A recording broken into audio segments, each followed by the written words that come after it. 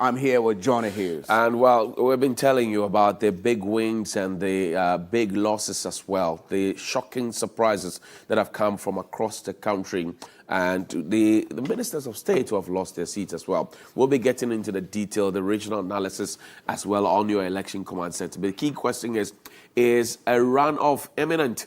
That's what we're asking here as the Electoral Commission gets ready to give us the full figures of what's there. They promised 24 hours. It's barely 48 hours, as Stephen says. And, well, we do not have the full complement of the results. Interestingly, out there, people are asking questions, nagging questions. We'll also share with you some what's trending on social media via Social Pulse platform. And then later we will do some fact-checking on Ballot 360. So stay with your election command center and you will never regret that you did. We'll get straight into the analysis. A couple of regions have come already. Seats that many thought could never be lost to the other side have been lost. The NDC has lost seats. The NPP has also lost seats. But the big casualties, especially our ministers of state and deputy ministers and persons who were perceived by electoral watchers to have done some very, very critical work. Steve, now we're hearing the big names. Cletus Avoka is back. Sorry, Okubo is gone. Haji Alima Mahama is gone. George Anda is gone. Francis Xavier Sosu is in, took a big wig off like Boniface Abubakar Sadiq. Adam Mutawakilo is gone. Kwemka Dindiok, Deputy Attorney General, is gone. John Peter Mewo is in for Hohoi for NPP. That's a shocking one. Elizabeth Afolekwe, who's Minister for Fisheries and Aquaculture, is gone. His deputy, Atukojo, is also gone. Well, it looks like Professor Jamba for Wenchi. Maybe we'll start from there. Professor Jamba for Wenchi. That's Buzier's hometown. And Dr. Buzier's essence in the UP tradition, NPP, is huge. It can never, ever be downplayed. He lost that election. Right. I want us to take a look at the presidential results that are coming in, and we'll first start with what we have, Northeast region. As you can see on your screens there, the results of the Northeast certified by the Electoral Commission. Don't forget, these are certified results from the Electoral Commission, and the Northeast is the newly created region. And so you see on the list there, Nana Akufo-Addo, the president, got 122,742, and John Dramani Mahama, the flag bearer of the NDC and former president, had 102,306, and Christian Kwabena Andrew, the GUM party flag bearer, followed with 952. I must say that this is impressive. He had 952. And take a look at the difference between him and CPP's Ivo Greenstreet, who had 292. And then Ikweadonko also obviously outperformed CPP by getting 324. Then GCPP Henry Latte 198. And then Hassan Ayariga also had 376. And then Percival Kofi Akpalu has 502. And David Pasera, who is with the PNC, had 579, and PPP's Bridget Jogbenuku polls 205. Nana Kunedu Ajimai Rawlins has 322, same as the independent candidate Alfred Siedu Walker with 322. Joining. Well, let's look at other regions as well, because the Electoral Commission has certified for about 6 or so regions. and we're moving on and checking out what's up next. So let's drop up. The Upper West region is our next port of call. Stephen, what do we have? Upper West region, John Dramani Mahama took the lead with 238,972. The president had 121,230. And Ivor Kwabena Green Street, Christian Kwabena Andrew from Goom Party had 2,240. Green Street had 640. Ukwadonko 360. Henry Latte's GCPP had 354. Hassan Ayariga had a 487, and Kofi Akpalu of Liberal People's Party of Ghana, LPG, had 742, and David Apasera had 2,794. Bridget Jogbenuko of the PPP had 328, and Nana Kunedu Ajima Rawlings, the former First Lady and flag bearer of the NDP, had 406. And then the independent candidate, Esiedu Walker, had 1,094. So this clearly shows that the Upper West was won by former President John Dramani Mahama with 238,000. Let's go to the Bono region because we do know that prior to splitting that region, the Bono region was a very, very strong swing region. And President Akufo-Addo had 292,604 votes. John Mahama followed closely with 203,329 votes. The Christian Kwabena Andrew of Goom got 4,514 votes, and Ivor Kwabena Green Street of the CPP 338 votes. Also, Ukwadonko of the Ghana Freedom Party got 165 votes. The Henry Herbert Latte of the GCPP got 132 votes. Hassan Ayariga polled 255 votes. Percival Kofi Akpalu 216 votes. Kofi Akpalu there. David Apasera 209 votes. Bridget Akosua Jogbenuku had 214 votes. Nana Kunedu Ajima Rawlings 235 votes, and Fred Esiedu Walker 374 votes. So that's the breakdown, the regional breakdown for the Bono region. For example, we'll be joined shortly by our analyst Dr. Asasanti and also Dr. Ezekiel Norte, who will share with us some detail. But let's go to Ahafo region. I'm sure it's close to it's within the same enclave. And Steve, what can you share from Ahafo region? Ahafo, just like Bono, we all know that before the split, Bono Ahafo was one. So they were split into Ahafo and then Bono East. So in Ahafo, the president polled 145,584, and former President John Dramani Mahama, the flag bearer of the NDC, polled 106,485. Christian Kwabena Andrew of the Goom Party had 1,495, followed by CPP's Ivor Green Street with 194. Ukwadonko polled 51 for Henry Latte's GCPP, 150 for Hassan Ayariga, 113 for Kofi Akpalu of the LPG, and 82 for David Apasera of the PNC. PPP's Bridget Jogbenuku had 52, followed by Nana Kunedu Ajima Rawlings, former First Lady, 135, and independent candidate Alfred Kwame Esiedu Walker with 103. So as we see that, it's critical that these trends are important, right, Johnny, and what they show is there are trends in there which will be getting the views and professional expertise of Dr. Kwame Asasante and Dr. Ezekiel Norte. Right. Political science will meet statistics right there. Yes. But the Volta region is our next stop, and we do know that the Volta region, for a very, very long time, since 1992, has been the stronghold of the NDC. Well, here on December 7th, Nana Addo Dankwa Akufo-Addo polled 100,481 votes. John Mahama polled 600 606,508 votes.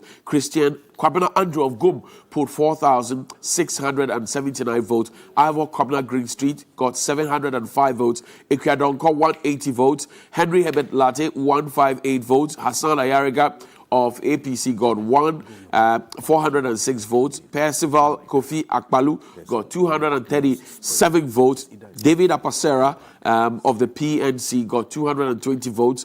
Bridget Akosua Jugbanugu of the PPP had 314 votes. Nana Kunedu Ajima Rawlings of the NDP, many had expected that she would have pulled up following the demise of her husband, but she insisted on staying on them. The party stood behind her. She polled 617 votes, and Alfred Kwame Walker polled 442 votes, I beg your pardon, 442 for the independent candidate, who is running with another independent candidate who's been on a ballot sheet for at least 2 times, JOY. Let's go to Oti. Oti was carved out of the Volta region, as we do know. So let's see how the dynamics are playing out there. Stephen, what figures do we have? So Oti region, obviously, this actually suggests the entire Volta enclave went to the NDC as is expected. But Nana Akufo-Addo for Oti region had 103,865 against John Dramani Mahama's 181,021. Christian Kwabena Andrew, the Goon Party, had 2,459. Ivor Green Street of the CPP had 265, and Ikwia Donko, Ghana Freedom Party, had 200. And Henry Herbert Latte of the GCPP had 97. Hassan Ayariga in the Oti region polled 195, and Kofi Akpalu for the Oti region had 228. David Apasera had 371 for the PNC, and PPP's Bridget Jogbenuku had 240. Nana Kunedu Ajiman Rawlings, former First Lady, had 263, followed by independent candidate at 200, Alfred Walker with 282. Well, so this is what we have so far, and as they come in, we will share with you. Trust your election command center to deal with the issues as they come in, and we will do the analysis as we explained to you earlier with Dr. Asasante and Dr. Ezekiel Norty. They will be here. Political scientists and statistics will be looking at the figures, whether or not a runoff is imminent at this point. The 2 candidates have already gone ahead of themselves to, if you will, declare that they are in the lead and winning. And you've seen the press conferences and counter press conferences. For you as an electorate, how does it make you feel? Join our hashtag Election Command Center, and we will share your thoughts and comments with the rest of the world on our social polls. But earlier, the Electoral Commissioner of Ghana, Dr. Jean Adukwe Mensah, had been speaking. Here she is. Brief you on some issues that have arisen during the course of this evening. And I'm referring particularly to the Commission's inability to declare the results as planned at 5 p.m. today. I think the Commission had intended and had indicated its intention and willingness to declare the 2020 presidential election at 5 p.m. today. That is within 24 hours after the general election. However, we experienced quite a number of challenges, making it difficult for us to fulfill this promise. And what had happened was the unexpected rain that occurred in many parts of the country yesterday resulted in a number of voting interrupted. And the result was that long after voting, some centers had to continue their voting. And this led to some delays with voting and the subsequent collation of results. Naturally, this had an impact on our plans in the sense that our officers could not collate the results and forward them to the appropriate locations as planned. Secondly, we also experienced some challenges with the rain, and particularly in some of our areas in the hinterlands, but Western North to be precise. it was difficult for our officers to travel to the regional capital and to send the results there. So this led to some substantial delays, resulting in our receiving the results late. And this explains why the commission was not able to, release and declare the results as promised at 5 p.m. today. It's important to emphasize that the process is ongoing. As we speak, the commission has received 14 out of the 16 regional results. We have the National Collation Center, where we've had representatives of the political parties since yesterday. We have 2 reps for each party, and they are working with our own staff. As the results come in, the party representatives review them against what they themselves have received from the regions. And once they are satisfied that the results that have come to us from the regions is a true reflection of what they have received, they then append their signatures to it before the results are brought to my attention. As returning officer of the 2020 presidential elections, I then certify these results. Out of the 14 results received, we have certified 7 to date. Till this point, we believe that by the end of the evening, we would have certified the remaining 7. We are expecting to receive the 2 in the early hours of this morning, that making up the 16, and then it will put us in a good place to declare the results. We've also put the 7 results that we've certified, received, approved, and certified on the various social media platforms and the website of the commission. So we are treating the citizenry to visit our websites and our social media platforms to review the results of the 7 regions that have so far been certified. It is important to note, and there may have been speculations of some attempts to manipulate the results. This is false. I think the process that we have is a very transparent and participatory process. And I think any interested Ghanaian is aware that at the polling station, we have the political party agents with our officials at the polling station. At the end of the election, at the polling station level, parties then count the results, they collate them, and they document them on the face of the pink sheets, the statement of poll, and the agents of the parties then sign on to this. From the polling station level, the results are sent to the constituency collation centers, again in the presence of the political party agents. And at the constituency collation centers, all the results coming in from the various polling stations are collated and put on the face of the pink sheet and signed on to by all the agents of the political parties. This is a very transparent and participatory process and involves both the Electoral Commission's officials and the political parties. This year, we have introduced a new level of transparency and inclusiveness. And what we have done is to introduce a regional collation center. So unlike the previous elections where constituency collation results were sent straight to the National Collation Center here at the head office, constituency results are sent to the Regional Collation Center. And there also we have the full involvement of the representatives of the political parties. So what happens is that every region collates all the constituencies in that particular region. And therefore, if a region has 20 constituencies, you find on the regional collation sheet the summary, the details of 20 constituency results.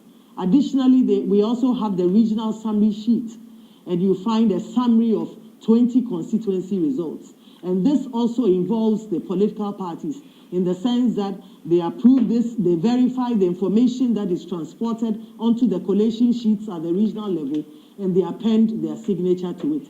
So this is the level of participation of the political parties, making it impossible for anybody to rig an election. And therefore, if there may have been speculations out there in the public space in the last few hours, we entreat the public to ignore it, because the political parties append their signatures to these, collation sheets, regional collation sheets, starting from the polling station to the constituency and then to the region. before it is sent to the National Collation Center. At the National Collation Center, I believe some of you may have witnessed what happens there. We find you have the representatives of the political parties who, when the results come in from the regions, they review it and verify it against what they themselves have received from their own agents. And once they are happy with it, they append their signatures to it before it is brought to the office of the chairperson for certification. It is only after that that the results are projected on our website or shared with the general public. So this is the level of participation that we see. It is important to emphasize that this year, the results are still coming in the good old fax way and by email. And so what we are getting is not just numbers coming through some transmission, but there are photographs and images of the pink sheets and the collation sheets. And so at the National Collation Center, the results that are coming in are the regional collation sheet and the regional summary sheet. All of them are signed by the agents of the political parties. And this is what we have, and this is what is presented to the political parties before certification by the chair. So we thought that it's important to express our regrets for our inability to organize and the declaration at 5 p.m. as planned of the rain. And indeed, some challenges that had occurred at the collation center made it difficult for us to declare the results as expected. We are hoping that we are hoping that in the early hours of this morning we'll receive 2 additional results and we'll thereafter be able to make the declaration sometime tomorrow. It's also the issue of, the number of seats parties have in Parliament to rest. We are collating this. Currently, the information is going out on our website, but this is some information that we'll share with you tomorrow so that we can put that matter to rest. We entreat you to ignore some of the speculations and allegations that have gone out. We can actually give you copies of the sheets as they come in from the Regional Collation Center.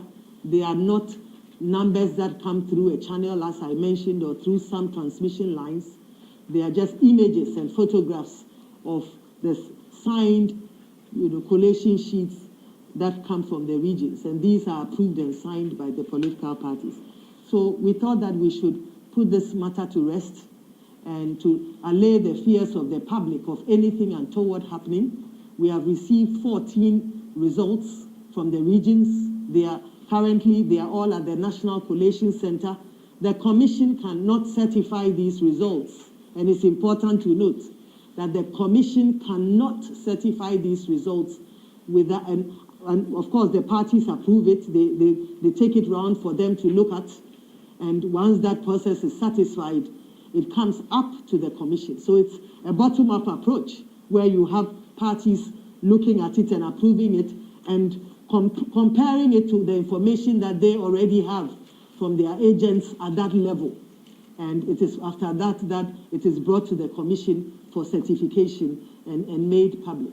So this is the process, and we thought that it would be important to highlight some of these processes to allay the fears of Ghanaians that anything untoward is happening. We entreat you, you are our media partners. Many of you have walked this journey with us, and you know this process very well.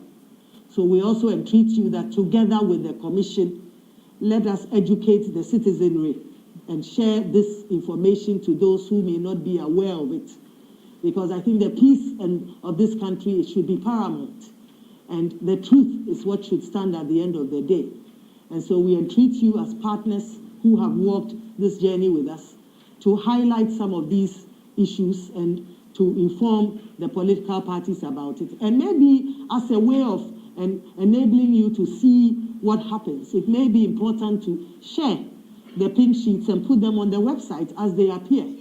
What we've done now is to, try to take out the information and put it in templates.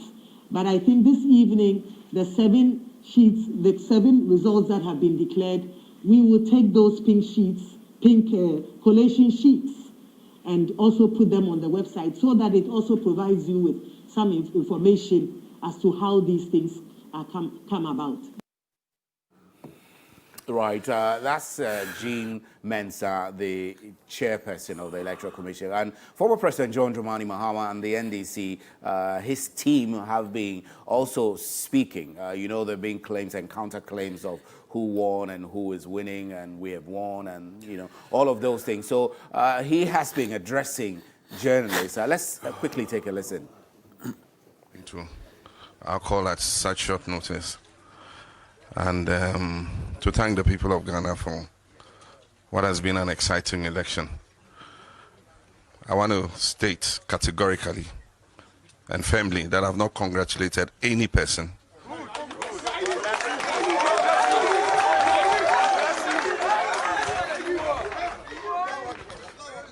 And no attempt should be made to steal this election.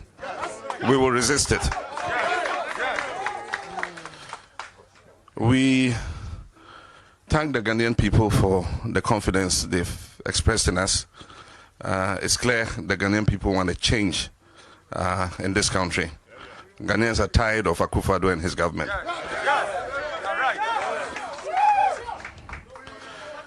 We thank the electorate for giving us a working majority in Parliament, 140 seats in Parliament, which is a majority.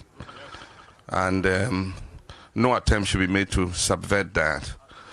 I've looked at the results we've collated so far, and I'm excited, I'm happy with the results. And we've won in 10 regions out of 16, and the Ghanaian people have expressed confidence in us.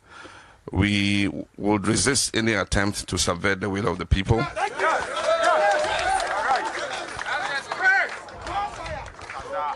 Some of what is happening is unacceptable, and Nana Akufo-Addo continues to show credentials that are very undemocratic. You cannot use the military to try and overturn some of the results in constituencies that we have won.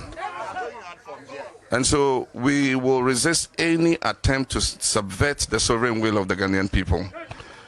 The right thing must be done. We've collated our results, and we thank the Ghanaian people for the confidence they have in us. We will give further details later, but we thank you very much, and our people should remain calm as we wait for the final verdict. But we are happy that Ghanaians have voted for change. Thank you.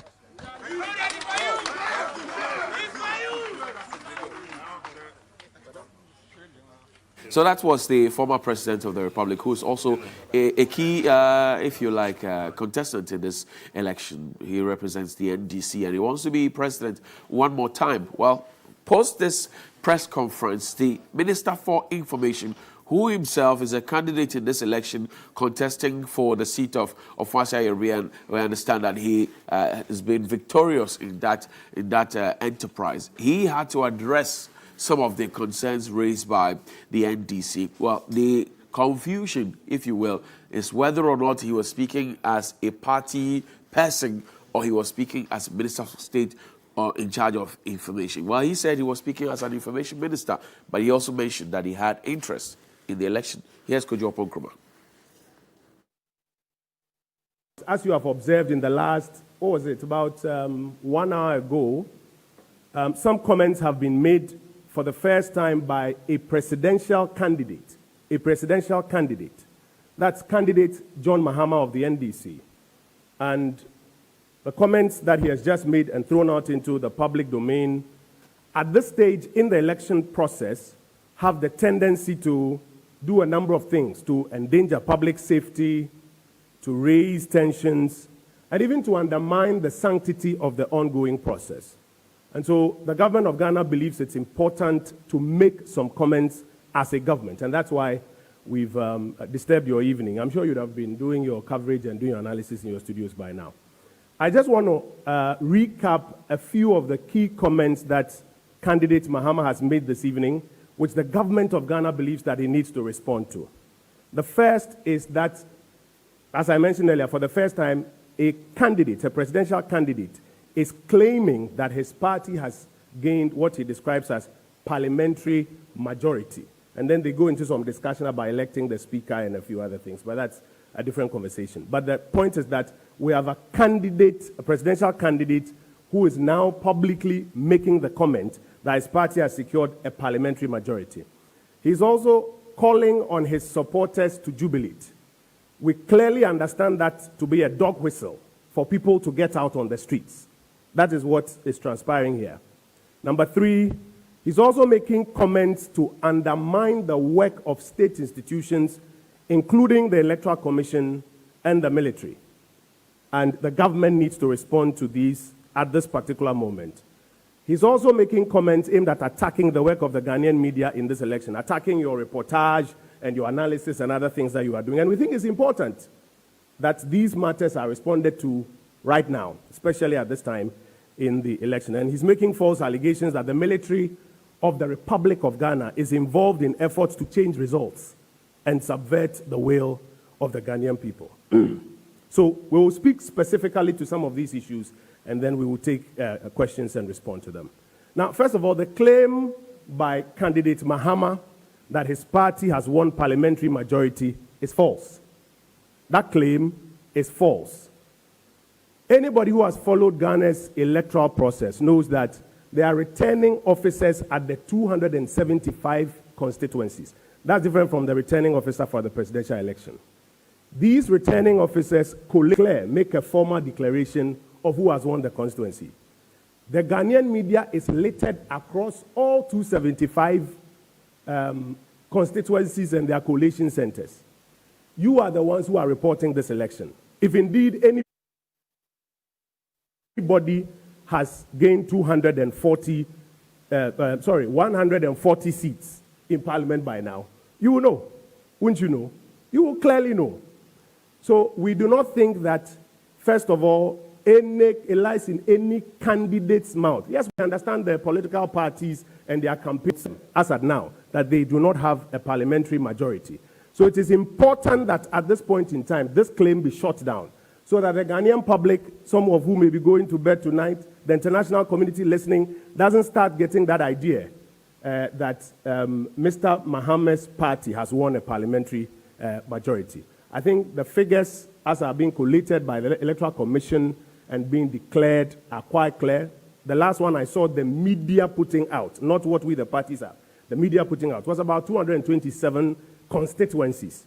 And the details were there about who has won what. So please do not be deceived by any candidate, especially candidate Mahama at this point in time, that his party has won parliamentary majority. That's item number one.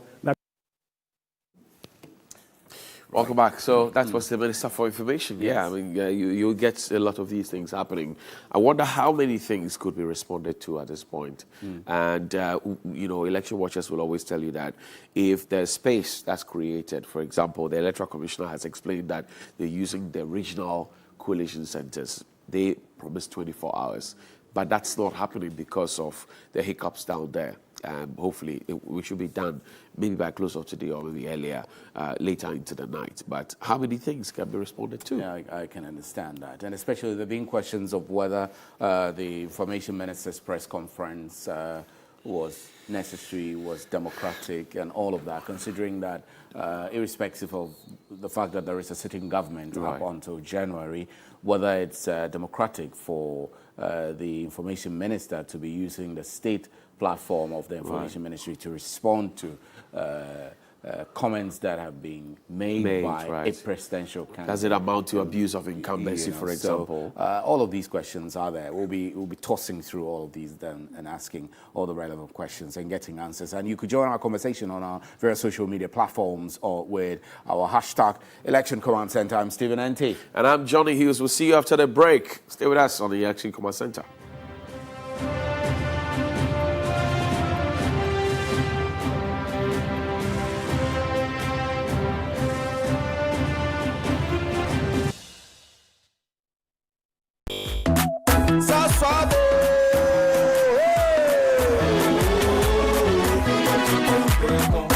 Sasso, baby, se come tonton preko. Sasso, baby, se come tonton preko. Edwana jwa me ne busye she. Yeah, ha kesia, every mosquito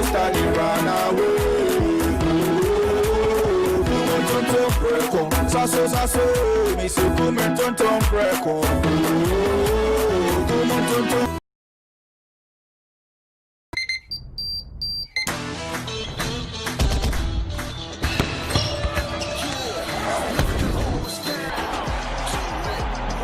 Breakfast good day, every day.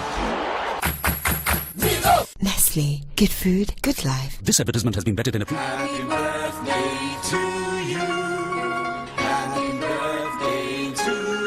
To say thank you to our cherished readers as we celebrate our 70th anniversary, Graphic Communications is giving away 4 brand new Kia Pega saloon cars and a whopping 1 million Ghana cedis in prizes in the Graphic at 70 loyalty promo. Just buy a copy of any of our publications daily, cut out the promo coupon and drop your coupons in drop bins at selected locations near you. Or send a screenshot of your daily subscriptions of Graphic News Plus to graphic@lalafio.com. Also earn points when you drop off old copies of any of our newspapers at designated drop-off points. Win more points by buying more copies, dropping more coupons, returning old copies of our publications, and be part of our trivia games to stand a chance of winning a brand new Kia Pega and lots of cash prizes. Dial *706# to join and start accumulating points today in the Graphic at 70 loyalty promo with lalafio.com and supported by Radamo. This advertisement has been vetted and approved by the FDA. Hey, good papa. Ganabam, if your apostle, your waist, all your body, you make bazaar. Thank you so much.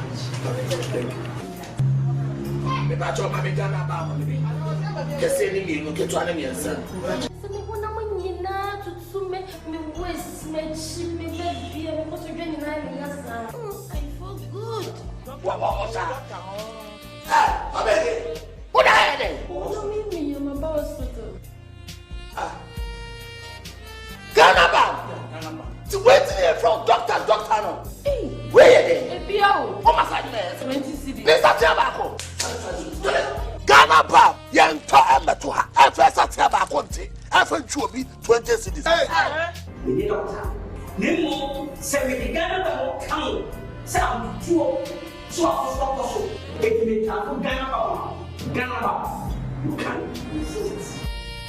How safe is your environment from pathogens?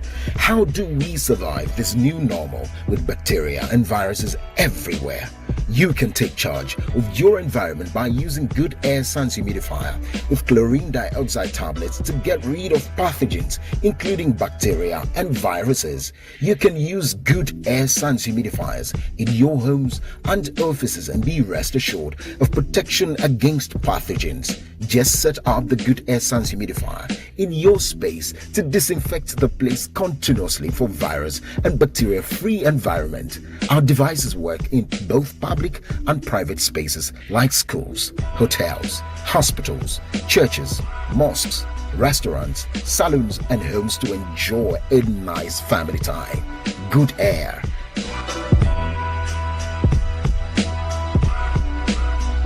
This advertisement has been vetted and approved by the FDA.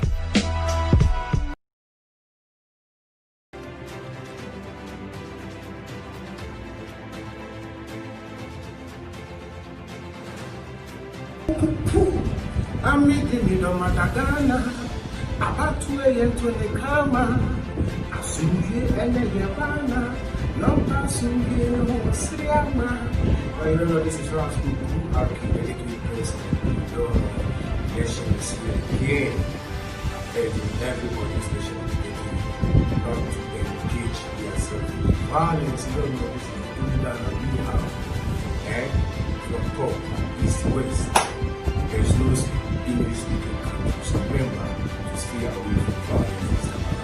Don't go there, pick up ballot boxes and come like they want to support an MP or the president. Remember, you and God, love your life, love God, and my life, do it in peace, absolutely, harmony.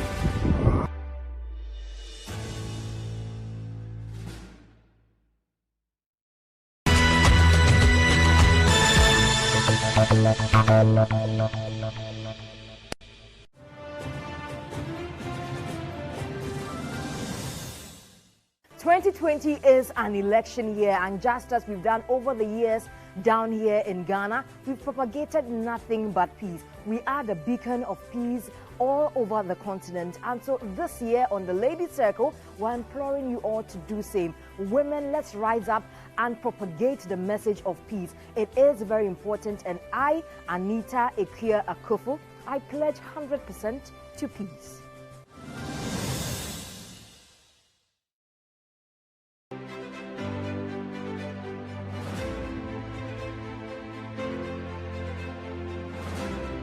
Hey guys, your boy from Promise here.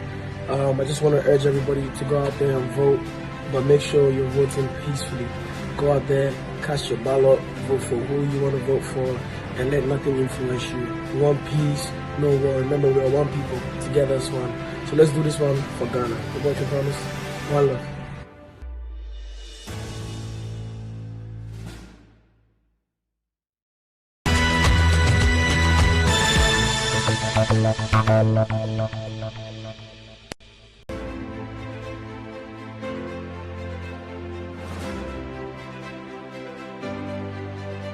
During election, a lot of things goes on.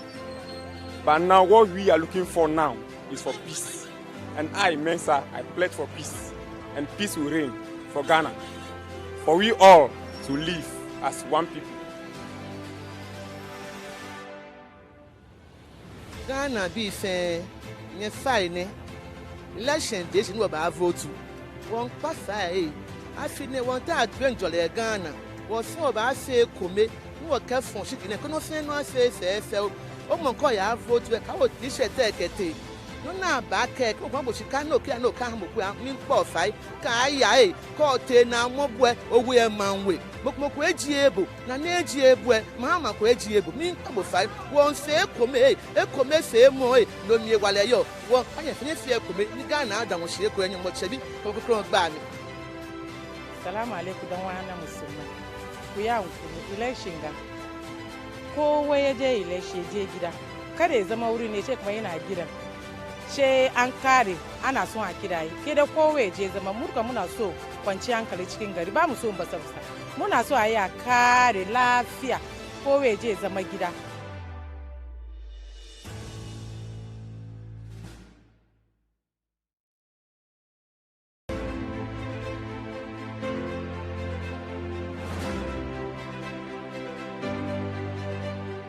Ye here soje, ye here hunto, ye mpese basabasabi beba, ese basabasabi sia, enfa na meme ko, enfa na mema ifa, enti de misra abanse, omo de anonfa amanfo nkasa na asunje mra.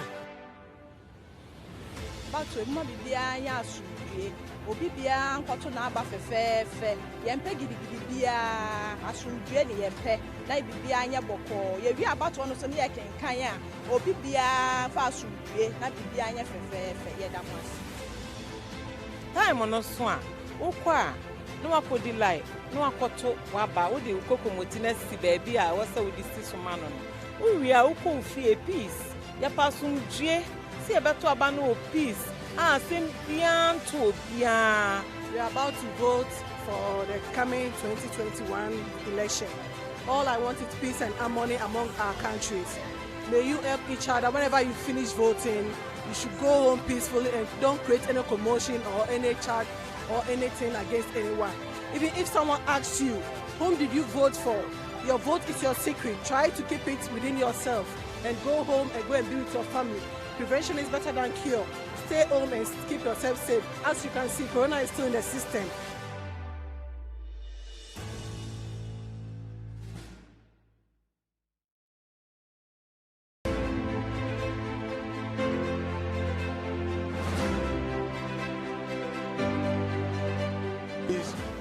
Don't bring problem to this country because you don't have anywhere to go. You're all Ghanaians, you need a peace. You need to stay here, you can't go anywhere. So easy, take it easy, do what you can, no problem, you don't have anywhere to go. Please. Mbake biaga tuwe nake, weta fa solube na to puri. Yati ku tuwe na ndoma, ujina bedele nta fa soku do da ke ka, te bata de tunya kwen, to ko mun kwata fa so, tuma ku tunu ba mon puni. During this election, I'm pledging for peace. There shouldn't be any violence during and after the election. Thank you.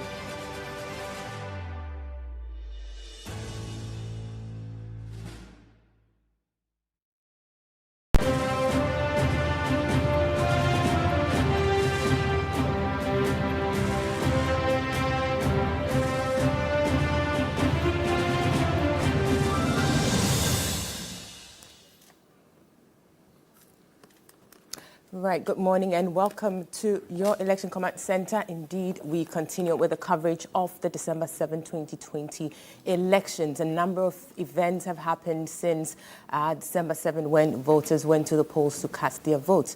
In the wee hours of this morning, the chairperson of the Electoral Commission, Madam Jean Mensah, gave a briefing to the press, and indeed she indicated that at the time, the Commission had received some 14 out of the 16 regional collated results, and certainly for the Electoral Commissioner to come back to us to indicate whether or not they have received all that they need to be able to make that declaration we are all waiting for. So right here at your Election Command Center, we continue with the discussions around the elections and indeed in view of the declaration that is soon to be made. So Johnny Hughes is still here in the studio with me, and we also have Dr. Asante and Dr.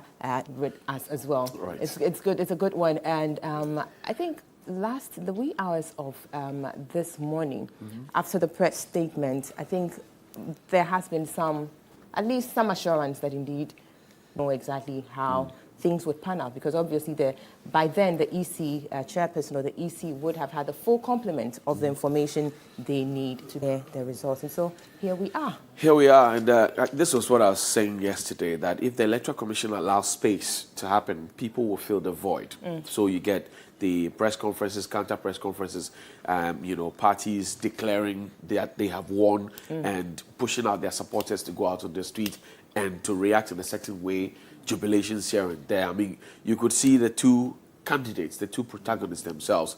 I mean, John Mahama spoke and he had won the election, that's what he says. But then you couldn't feel the jubilation in his voice. Kojo Nkrumah spoke, but you could also not feel the jubilation in his voice. If you have won an election, you should be jubilating. You should singing hallelujah. So when the Electoral Commission leaves space for people to, especially when they were anticipatory of a certain 24-hour window, and it doesn't happen, then people start filling the void. And that's where it becomes a bit dangerous, creates tension and anxiety. People start wondering what's going on. And of course, I mean, whoever thinks that he stands a greater chance of winning will start saying, okay, well, they're throwing in figures, they are manipulating, they're doing this, they're doing that. The other side who thinks that, well, I have an advantage, says, okay, well, I think let's trust the Electoral Commission to do it. So that space in itself, but it was a good thing the Electoral Commissioner spoke and told us what was happening. I would have wished, like many others, that the Electoral Commission, for example, would have put in the results as and when they came in. So Greater Accra is confirmed, you push it. Ashanti is confirmed, you push it. Bono is confirmed, you push it. That way, it takes away that, tension, anxiety that people would have waited for and then flow, as opposed to waiting for the full block before you throw it up there. 24 hours after the polls is not to wait for one opportune time. Every time is a great opportunity for it to put you through. Indeed, and that's what the streets are saying. Right, indeed. I do appreciate that, Johnny, because you do recall that the NDC, when they met the press, indicated that they had won some regions. Right. I mean, I think one region that sticks in my mind is Central Region. Right. If I remember correctly, the 7 certified results that the EC released yesterday, I believe that region went to the NPP. Correct me if I'm wrong. Well, let's check it out. So clearly, like you're saying, if that information had come earlier, right there, we would have been able to, Exactly. Fact check quickly. Exactly. And so it's indeed not. It's important not to leave matters,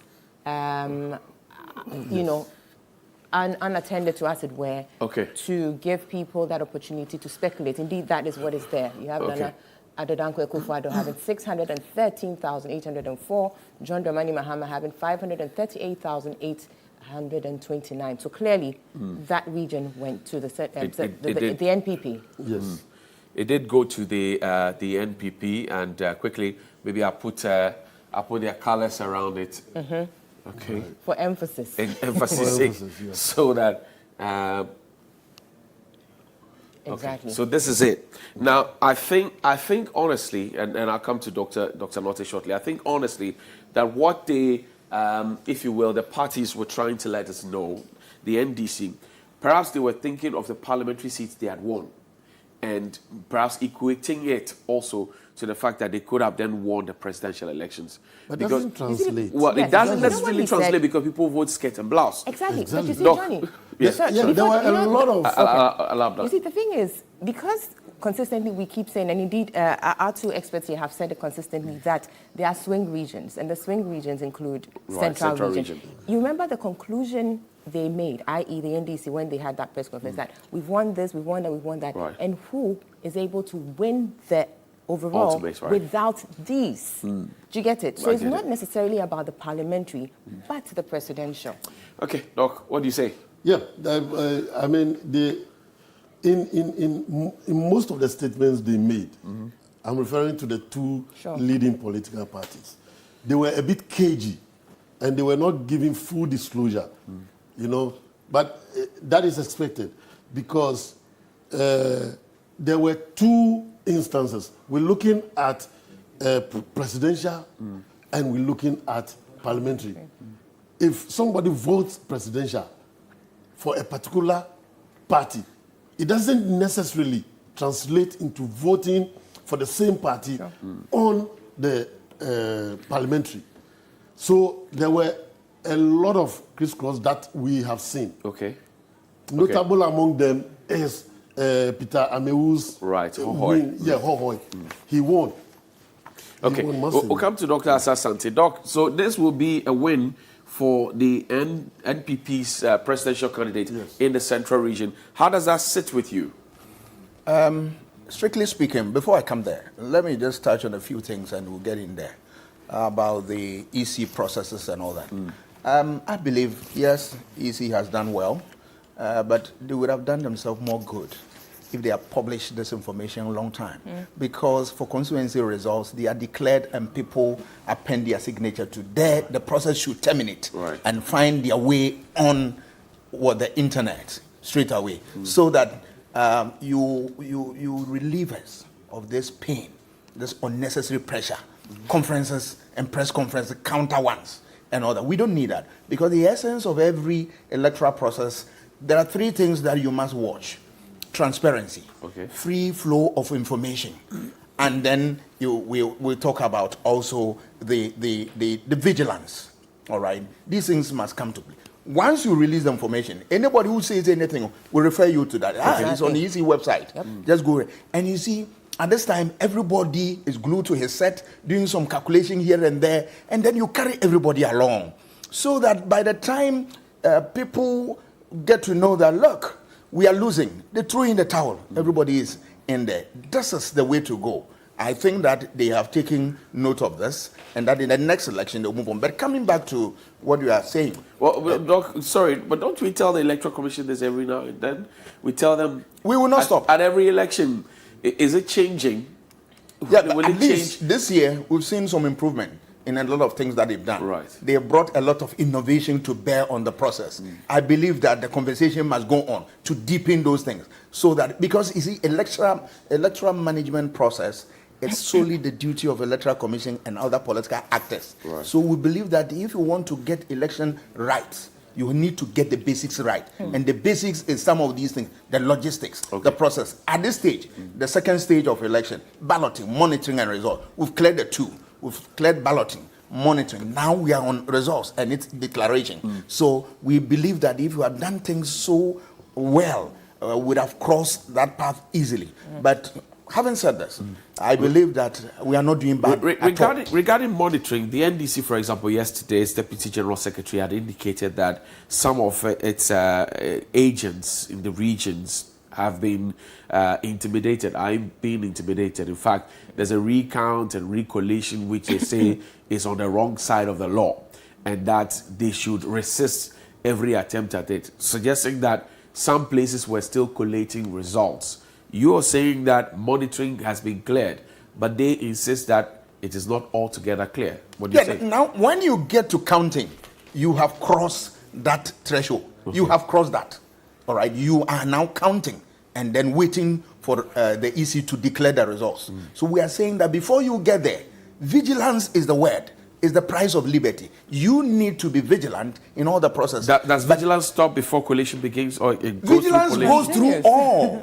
But all that we are saying that we should get the institutions work. These things, institutions, by institution I mean the processes, the procedures, the practices. Get them right, and once you get there and there is vigilance, hey, you are good to go. Okay, let's take a look at this one. 613,804 for NPP. Doc, crystal ball. Yes. When you look at the two, obviously it is the two, and the others are in the thousands, little over 15, 16,000. So you realize that MPP actually won in excess of about 75,000. That's right. Or so. That's right. And it is quite incisive that 75,000 was, they had a clear... This is the region of the vice presidential candidate of the NDC. Yes. This is a region that has been, if you like, a swing for a very, very long time. And their demands, for example, in this election are, give us an airport, give us a harbour, give us this, give us that. They are insisting on specifics. The vice presidential candidate of the NDC, Professor Nana Jeno-Pokwajima, had taken a tour there, met them. In fact, the last town hall meeting of the NDC prior to the election had been held there. So does this come to you as a shock that the central region, knowing that their own was partnering John Mahama, had voted in this light? Does it come to you as a shock? Not really, because looking at the trends of voting in that region didn't suggest that NDC is going to win the region. We saw that MPP is marginally winning that. So I think I can throw more light. Yes. Okay, just to add to, we did some work. The Governance Research Bureau, me, myself, Mr. Mohamed Afum, all right, and we put the maximum, the farthest that NDC could go there is 765,498. Okay. All right, and then we put MPP at 815,348. Okay. That's the farthest they can That's the go. farthest So technically, they have all done about 80% and look at the average of what you give to them. Look at the average. Okay. The NDC average in Central Region, we put it at 714,791. Okay. And the NPP 761,656. So you realize that they both underperformed. None of them perform. Okay. According to our model. Okay. All right. To the expectation. And normally when it's like this, you need other places to show up your vote if you really want to cross the Rubicon by 50% plus one vote. Okay, so this is what we have here, the NDC and the MPP. Now, this is for the presidential, and this is the certified result by the Electoral Commission, 613,804 for the NPP, and also 538,829 for the NDC. Well, so this is it. Can we check, Doc, which other region shall we check? Any region, we are good to go. Any region, we are good to go. Okay. For those that have arrived. Right? Yeah. Okay. Do we have Greater Accra? No, I don't think we have Greater Accra. Any region you lay hands on. Okay, let's go to Bono. Bono. Yes, let's go to Bono and check out what's there. This is Bono. Another swing, right? Doc, what do you say? Yes. NPP Bono again got this one. The presidential candidate for Nana Addo Dankwa Akufo-Addo, he got this one. He got 292, almost close to 300,000, and NDC 200,000. A difference of about 90,000, and it is instructive. It means that we've looked at two regions.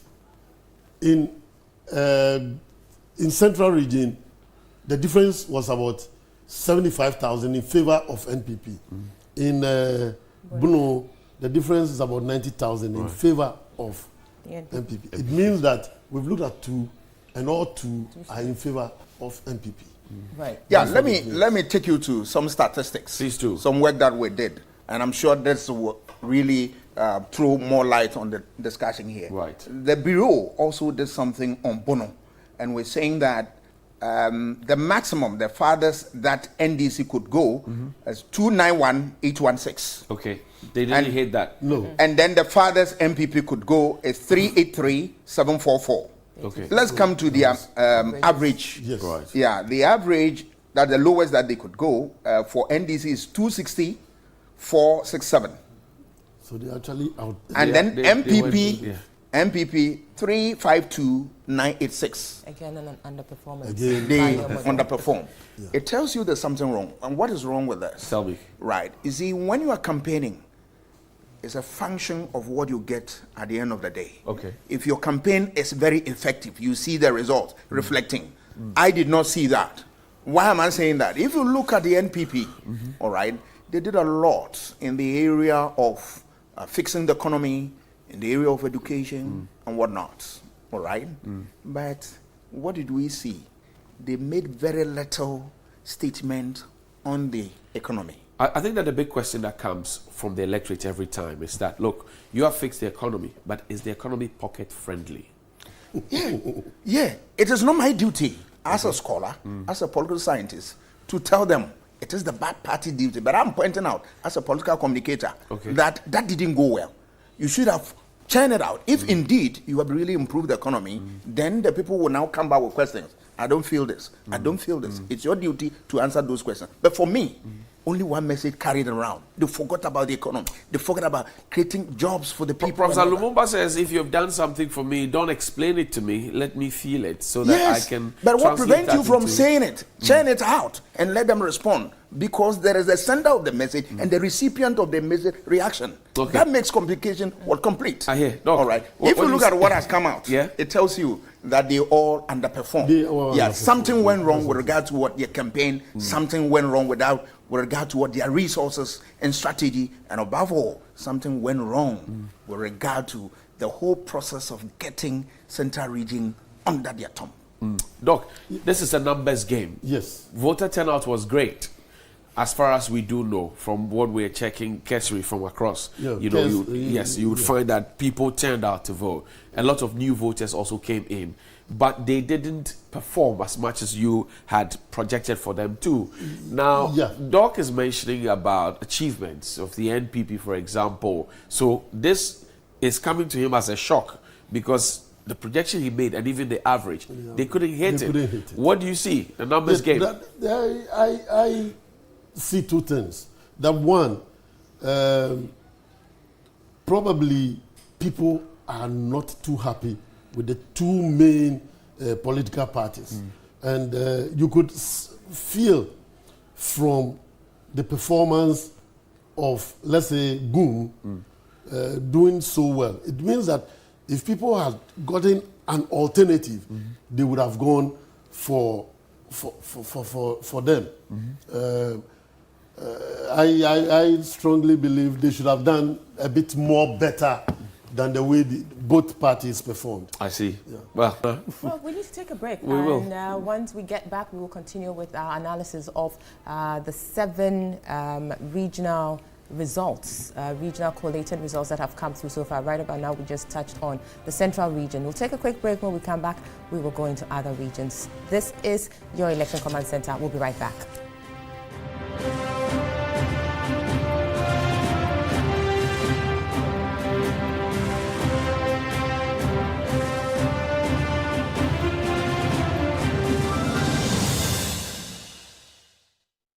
The clapping of our hands, tapping of our feet, and slapping of our skin continue to increase as our full attention has been shifted to COVID-19. While the mosquitoes grow wings in our households and are flying in our environment, while we observe the protocols to curb the COVID-19 pandemic by washing our hands with soap, using alcohol-based hand sanitizers and disinfectants. Wear mask always if you are infected or not, and ensuring social distancing. Let's also drive away malaria, which slowly raised our hope by using Roma insecticide spray and mosquito coil. Roma in Tum Tum Master.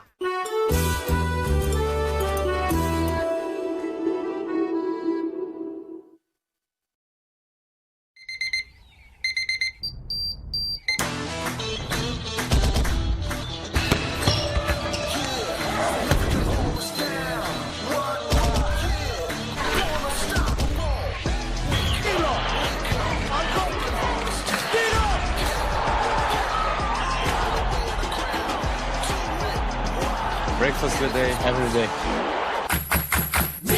Nestle, good food, good life. This advertisement has been vetted in a few. Aya woti ya wo be mem ana ya imo hyehyew wo sensu fitaa bi firi mu ba gugu nsu ntentem ana ya gugu nsu a na emu ache woti ya wo sabe wa ya ase esese wo bobirim se bi ana prostate ana hu aba ha wo eya na onsa na ase wo na ya ye titiri waposo tutu wonante a na wa ye dududu eya se bibi ne na moridie mu ebia na stroke yade na ebo wonka complex sakra de endpoint ewo anaji queen of peace inside anaji police station echipe Tachiman endpoint homeopathic clinic ewo hensa eni just bro filling station ene di hwanimu for endpoint homeopathic clinic ewo 0244 867068 endpoint homeopathic clinic. I'm free. At 2HB Home Decor, we have long-lasting, fantastic furniture for every room. 2HB Home Decor deals in customized kitchens, sofa, dining, security doors, bedroom sets, interior design. For your complete comfort in your home and exclusive designs with elegant touch, you have to contact 2HB Home Decor. Locate us on the Spintex Road, plot 77, opposite Snedder Motors, near the New China Mall. Call us on 0201 431841 or 0202 042052. Visit our website at 2hbhomedeco.com. 2HB Home Decor. Our name is the promise of standard and quality. I'm the sofa. What up, baby? Munafikin TV. Alhaji Muntaka. Mana Abubakar. Alhaji. I'm going so far. Munafikin TV. Not too funny, Makan. Very much TV. TV can also TV me chow. Shade Franco TV. Gaskia. Nasa Mumi Chonko. Abba. One that bad guarantee. Abba. Each a king for them. No sooner say. Voila. Muje. Nanjida. That TV. 55. 55. Allah, 55 nga. 3022575533 and I said 0546133188 from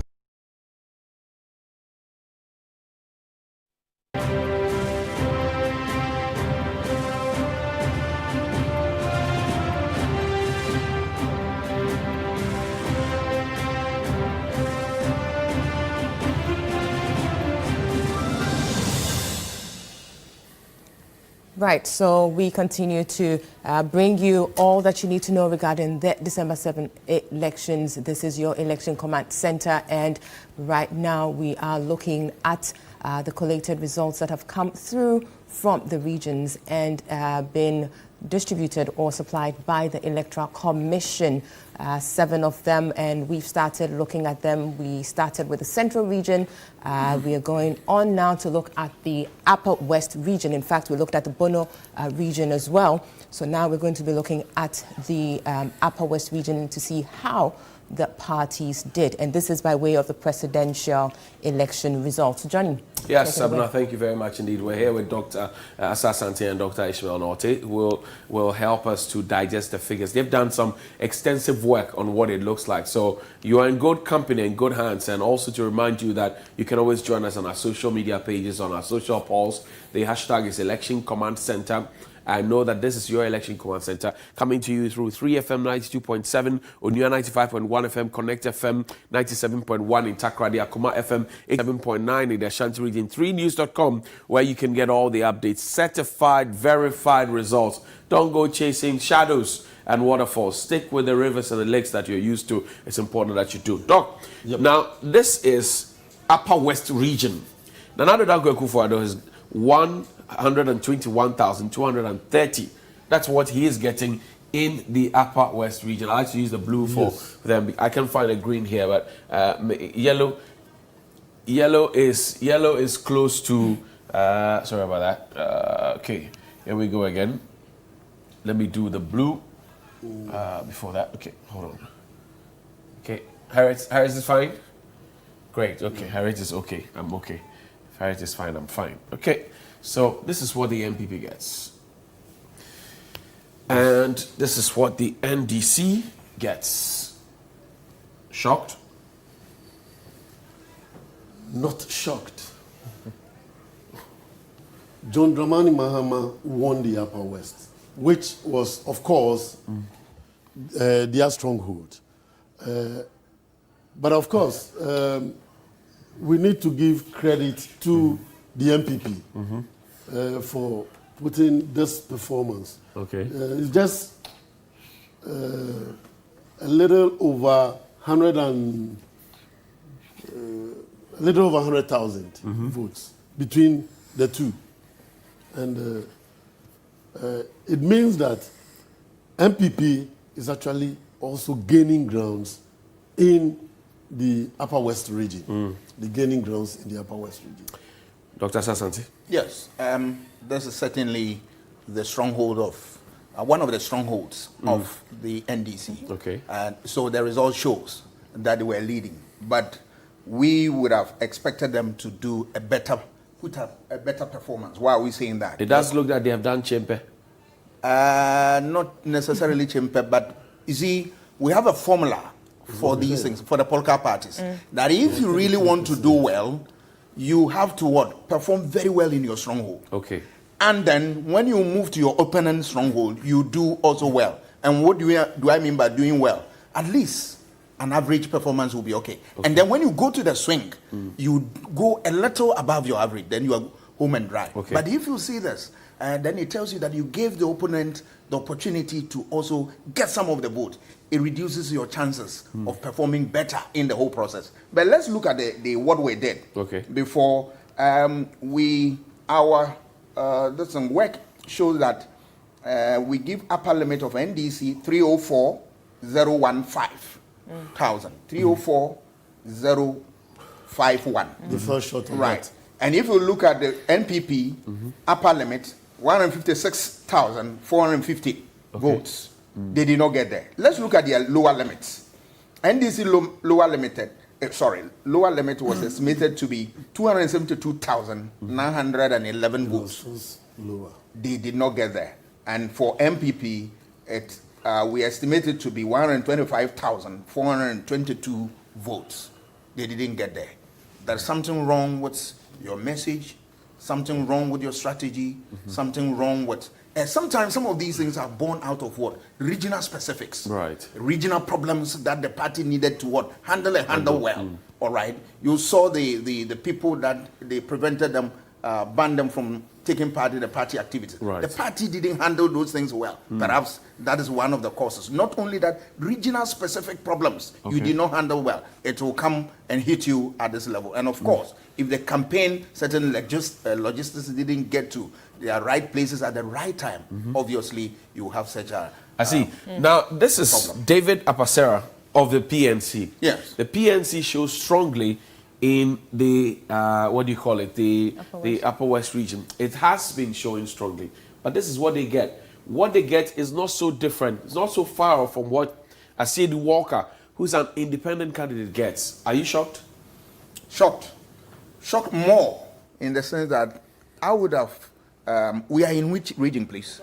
Upper West region. I would have expected the Apasara group to be able to put up a very good performance, extremely well, because once you are talking about the northern Ghana, obviously you should leverage on that since you have some of your leaders coming from northern Ghana. But I am surprised about this new entrant, Gun. The performance. Well, this Asiedu Walker is an independent candidate. Yeah. Mind you, he had been in the race with Joy for the 2020 election. But Joy himself had tried twice to become president on an independent ticket. It didn't work out. So he partnered with Asiedu Walker, and here's the result. Yes. It tells you that, you see, sometimes we want to go solo. It doesn't work. You need to team up. And that is why sometimes alliances, coalitions, they work better. And this is a typical manifestation of such situation. But as to whether they will be able to sustain this, marriage for a long time, to be able to getting the results that they want in the future, that's another thing. But so far, I'm not surprised, because if you look at all the parties put together, including independent candidates, we put them at the average of about 29,789 votes. Right. And that is all. And for me, that is very daunting. Right. I'm not sure they'll be able to. I don't think they made it even halfway to what was projected. And that is why I concerned. How does PNC compare with GUM? If we could just see. Well, PNC and GUM, let's check it out. Okay, so this is GUM.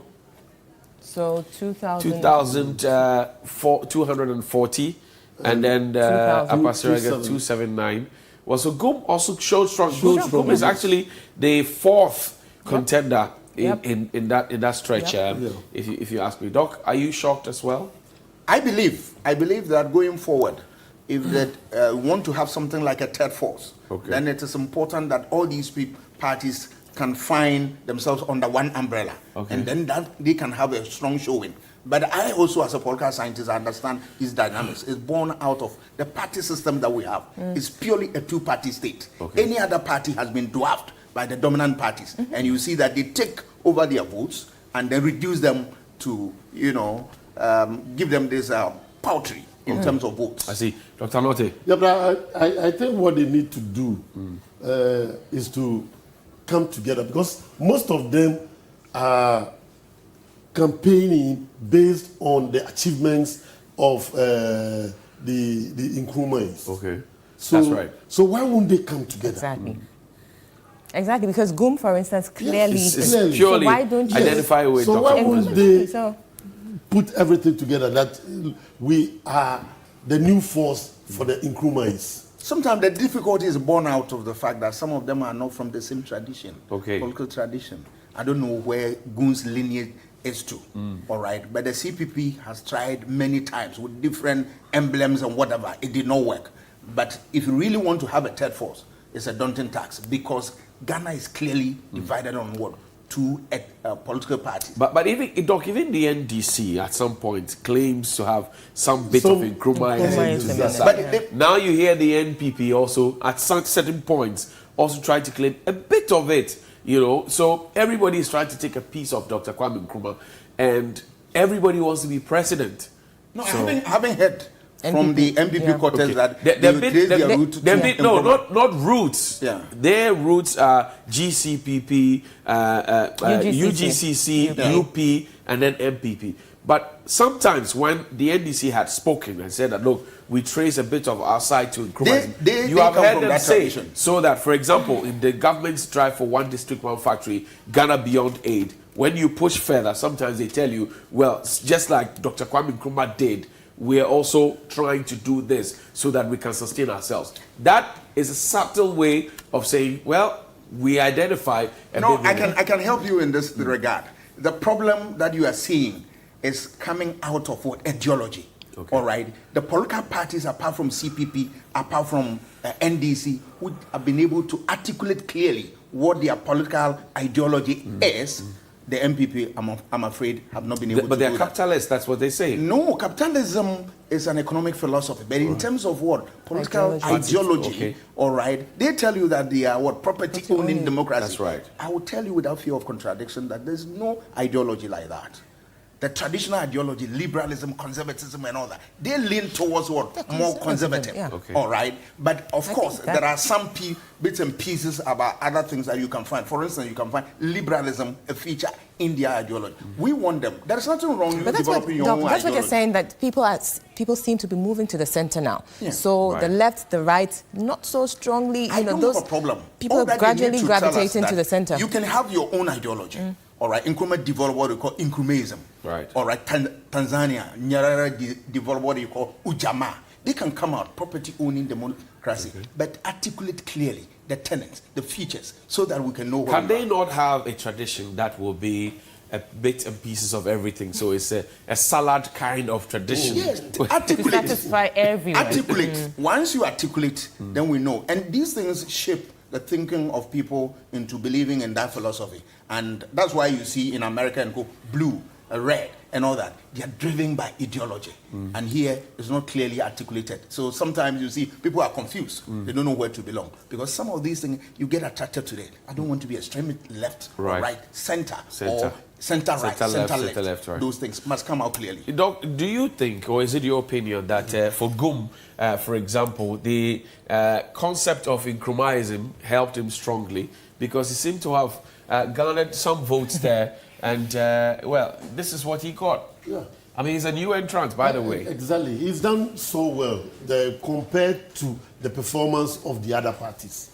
This really shows that he was actually virtually campaigning on the achievements of Nkrumah. Right. He shows videos, etc., and everything, things that Nkrumah has done, and things that were not sustained by previous governments and even the current government. Did he take something away from the CPP, the whole fall idea? Certainly, yes. And that is actually showing in the performance of Governor Greenstreet. Right. But somebody Johnny, shows up, is getting 2,200, and you are getting just a palpable 640. But whether or not thrice as much as what you got. Right. Whether or not the performance of Gum could be attributed to the Nkrumah's things he did, I'm not sure. Because if that were the case, then we should have seen that level of performance from CPP as well. I mean, who can best represent Nkrumah more than... Again, somebody would... That's exactly what I was saying. Yeah. So again, Doc, somebody would argue that, look, Gum owns a TV station. He has the luxury of time, and he would show, what do you call it, the videos of Dr. Kwame Nkrumah, speak to it, does his monologue, and then sometimes, don't forget, he also has a very huge church base that comes along with it. So if he's able to sell the message right to them, and he's able to get people out there, and trust me, I've done 10 constituency debates in Accra. Gum had a candidate in all of that. In most cases, you didn't find a CPP candidate. For example, in Dungo Prampram, I couldn't find a CPP candidate. We went to Madina, I couldn't find a CPP candidate. We went to other places, you couldn't find them. But every single constituency where we went, you either found a Gum candidate or some independent candidate who was talking about Gum. So the dynamics in that, at least for what I've seen from 10 constituencies, will point to the fact that he did a lot of work. Definitely. So it doesn't sit with just saying, oh, I am Nkrumahist, I represent Nkrumah, I am the original son of Nkrumah, but you have nothing to show for it. You are not speaking, like Doc says, you are not speaking. Definitely, but yes, so it's essentially, it's the level of work he did. I think that's what I'm trying to distill from this conversation, that it's the level of work he did as against what he stood for in terms of ideology. So, because if that were the case, CPP's ideology is what it is. It won't change. It's just that perhaps they were not able to put it to the people as much as Gum did. But then I'm saying that, look, you stand for something, and then that will guide what work you do. He stood for it and decided to run heavily with it. I mean, if you look at the CPP's campaign materials, for example, apologies to them, but it didn't show Nkrumahism. It didn't show having two guys painted in the colors of the other parties carrying the pot and then shocking them, electric shock. Or having a cane and hitting a banner and asking people to sing along, electric shock. I thought Ivor Greenstreet did super in 2012 and 2016 where he was talking about cashew production, agro, he was talking about solar. Back then. I didn't get that kind of, campaign from the CPP in 2020. The only thing we got from them was that NDC has failed you, MPP has failed you, kick them out, give them the electric shock. But is that what we win an election with, Doc? You've been very interesting conversation I'm enjoying from you guys. But there's one thing that we cannot lose sight of. What is it?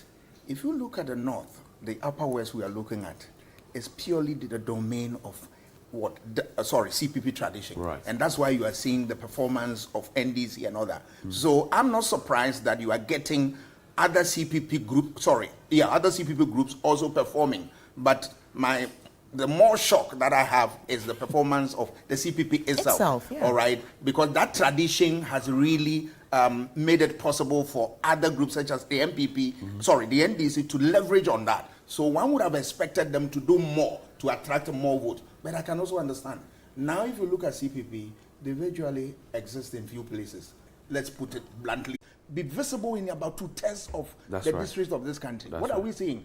They are virtually in only few places. So the good things about Nkrumah and what Nkrumah did and all that, we don't see. They don't drum them. And in this era, ask yourself, what is it that the CPP, for instance, had done beyond Nkrumah that they want to showcase? Okay. We are not seeing that. They will say people are losing they have not interest. been in power And since that time. Nkrumah work is there. We've seen it, but we would have expected that after the demise of Nkrumah, we would have seen more performance. What could a party in opposition do? A party that was banned and then was just giving the leave of life. What could they do? For example, the CPP in recent time has gone for a congress, changed most of the old faces that you know, and brought new faces. Haji Datu, Kwabena Bonfe, Kabila, they all lost their bid to want to contest. Mind you, prior to that, there had been a mass of suspensions. Niyama Akomfra, who was General Secretary of the CPP, had been suspended. Asani, his deputy, had been suspended. Professor Edmond Dele would leave the fold to become a traditional ruler.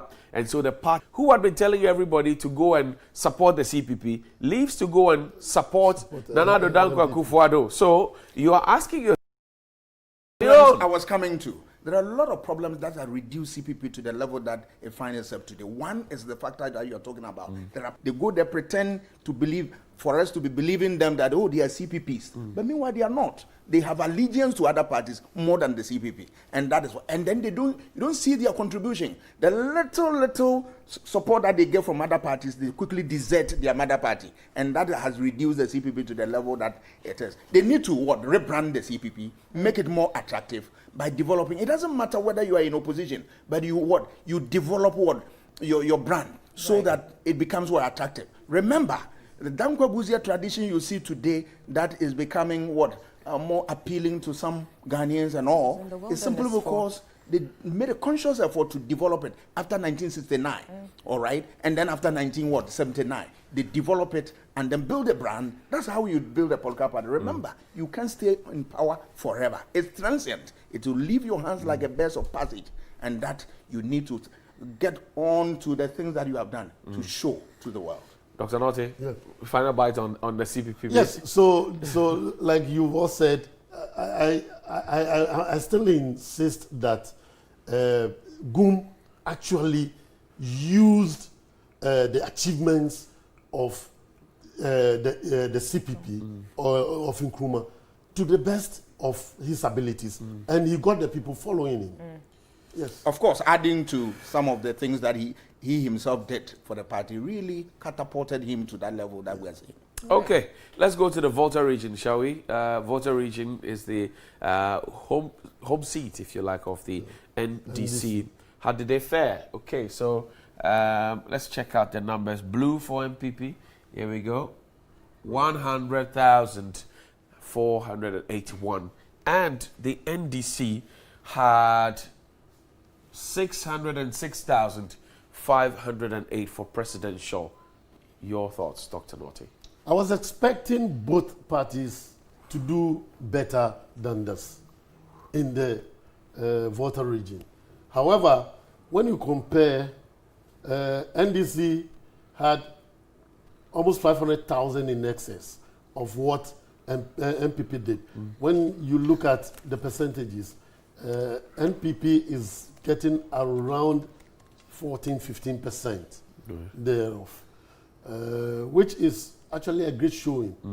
From a humble beginning of a 3% to about 17% in the Volta region. It's commendable. Okay, Abena? I'm trying to see how that this 100,481 compares with 2016. I'm trying to pull that figure out so that we understand so we the increase. We can do exactly. context. Exactly, because that will give us a better context. So I'll try to pull that up. But obviously, 606,508. You're looking at a margin of over. Is that 500,000? 500,000 or more. 500,000. That is huge. Again, we'll get a better perspective when we get 2016 to see the performance, whether indeed that was an increment or not. Do you have that? I'm trying to look at, hold on a bit. I'm trying to also look at Bridget Jogbanuku, who's a daughter of the land. Bridget Jogbanuku is a daughter of the land. And she's showing what? 314. Here, 314. Are you shocked? Are you shocked, Dr. Notte? Very shocked, because she did well by way of selling herself out. So I was expecting her to do a bit more, better than what she has shown. 314 is really on the low side. Dr. Papa, even compared to what PPP's performance was previously, this is a bit too low. Okay. Dr. Papa Kwesi didn't show strongly in the campaign for 2020, obviously. I think he has health challenges. Well, that's what you're picking. Could that be a factor? Yeah, that could also be a factor. But they didn't drum home well what PPP actually stood for. Okay. Exactly. And that is showing in their performance. Okay. You have 2016 figures? No, I'm still trying to do that. But I think on the PPP, Johnny, correct me if I'm wrong, but I think the PPP is yet to let Ghanaians know exactly what they stand for. Well, I don't know. Maybe Doc will take that one, but I think that the PPP is a breakaway from the CPP. Yeah. If you monitor the records, Dr. Papa Kwesi Ndom had been made presidential candidate of the CPP. He lost the primaries to someone I've forgotten. I think Dr. Abusakara Foster, and then he checked out and formed the PPP. Right. He had a good showing in his very first instance because people thought that would be the third force. You know, he was able to marshal trying to dress and look like Dr. Kwame Nkrumah, that the iconic hat and all of that. So people got to identify with him in that direction. Post 2012 elections, not much was seen, especially when people started asking questions about whether the party was solid enough, what his foot on the ground was, and people then started, you couldn't find a PPP office in every single corner. People started asking, well, if you're doing so well here, why aren't you doing so well here? Bring that same template. So a lot of factors come into play. I am particularly surprised that Bridget Jogbanuku had partnered Dr. Papa Kwesi Ndom for the presidential slot before, after the late engineer Eva Loko had come in and left. Later she went to contest the clotting college, bless her soul. But Bridget Jogbanuku was shown on that ticket before. So she has an advantage over Gum, over Walker, over Ekia Donko, over all the others in terms of political experience at that level. Why didn't she show strongly, Doc? A lot of factors. Tell me. A lot of factors. One being that, let me go with my statistics, then I'll come to this. Our work also showed that NDC was going to get an average, or put up an average performance that would translate it to 830,103 votes. Okay, and they got 606. Right. Remember, we have a formula. Our formula is that when you work below your average, you are losing the election. When you work in your stronghold and everywhere, when you work below your average, you are losing the election. When you work at your average, you are pushing the election to a second round. Okay. When you go further to your upper limit, you are winning the election first round. Okay. All right. In Volta region, which is easy, one would have expected them to put up what? Go beyond the average. Okay. All right. The average, as our model show, as the figure that I've given, 830,103 votes. I'm not even talking about the upper limit. Even the minimum, they couldn't achieve. For the MPP, the model gave us 65,731 votes. Okay. They've gone beyond that. They went beyond. And once, the formula is also that when you are winning, you do well in your stronghold, go almost close to your upper limit. and then your opponent's stronghold do average, okay. At least. So now I have the 2016 figure so that it terms up. I think so the book got 1 million. John Mama got 1 million and over. No, in terms of Volta region. Okay, Volta region. So it's gone up 100,000. Yeah. And then the NDC 2016 493. And we have seen 493. 493. So they've also gone up. And we have seen MPP's performance from 1992 to 16, right, growing from 3% to about 17%. In the Volta region. Yes, in the Volta region. So they are moving up. Yeah. But come to look at what Bridget's okay. performance, I'm not surprised. Why are you not surprised? I'm not surprised because this is a dominant NDC area. Any other party has been dwarfed there. So it doesn't matter what they gave her is simply because of perhaps a campaign, strategy, and whatnot, and also a daughter of the land matter. But you realize that where you have a dominant force, a dominant political party tradition in existence, to what? A dwarf party. Okay. Now, I'm looking at Nana Konadu Rawlings. This is a woman who has had a stint with the what do you call it, the Volta region, because of her political leaning, number one, original political leaning. Sure. She left to form the NDP, became its leader. But we all know her history with the Volta region, especially 31st December Women's Movement, being former First Lady to a party that had a stronghold in the Volta region. 617 is what she got. Impressed? Disappointed? Yeah. It tells you a lot. You know, before this era, people were talking about sympathy. This clearly, I've said it here and other places, and I'm going to repeat, sympathy doesn't play any meaningful role in politics. Really? Yes, because you are telling me that the things that I wish for myself in terms of potable water, in terms of market, roads, and what have you, because, excuse me, you've lost your husband or wife, I should what? Throw all away and sympathize with you and give you my vote. It doesn't. If there is anything like that, Nana Konadu would have won this election in Volta region heavily, because today in the political circles he is the new widow. We don't want to have more. Okay. So our hope and prayer, but we are saying that people would have looked at that and then support her. But that's not it, because there are factors that influence both our choices other than what? Sympathy. Are you with me? So that is the issue. So it doesn't matter in Volta region. All right, these are the extremes. Asante, Volta. They have things that influence their choices. Okay. And one is what? Identity with the party. Is that so easy? We have 3 more to look at, by the way. But is that so easy? No, it's a formula that when you use it well, it tells you that you are going to win the elections. Because imagine you are losing in your stronghold. You are hovering around your average. You are pushing the election to a second round. Which other place will give you the opportunity to make a great showing? Your stronghold, you are losing it. All right. Okay, Doc, you want to take... So I just want to give an analogy of how the model works. Right. In soccer, we have 3 departments. Right. You have problems. A little whatever, you lose the election. So we are saying, well, in your stronghold. Okay. Meaning deprive whoever is competing with you to get